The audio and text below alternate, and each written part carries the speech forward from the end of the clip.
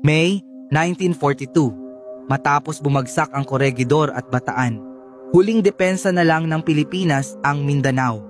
Pinamunuan ni General William Sharp ang natitirang sundalong Pilipino at Amerikano, pero kulang sila sa bala, pagkain at supply. Paano nagsimula ang pananakop?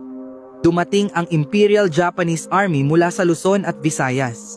Sabay nilang inatake ang Cagayan de Oro, Davao at Zamboanga gamit ang eroplanong pandigma at artillery. Kahit matapang na lumaban ang mga Pilipino, unti-unti silang napalibutan. May 10, 1942, alam ni General Sharp na wala ng tulong na darating. Sa utos ni General Jonathan Wainwright mula sa Corregidor, isinuko niya ang Mindanao sa Hapon. Higit 25,000 sundalong Pilipino at Amerikano ang nabihag at dumanas ng matinding pagpapahirap.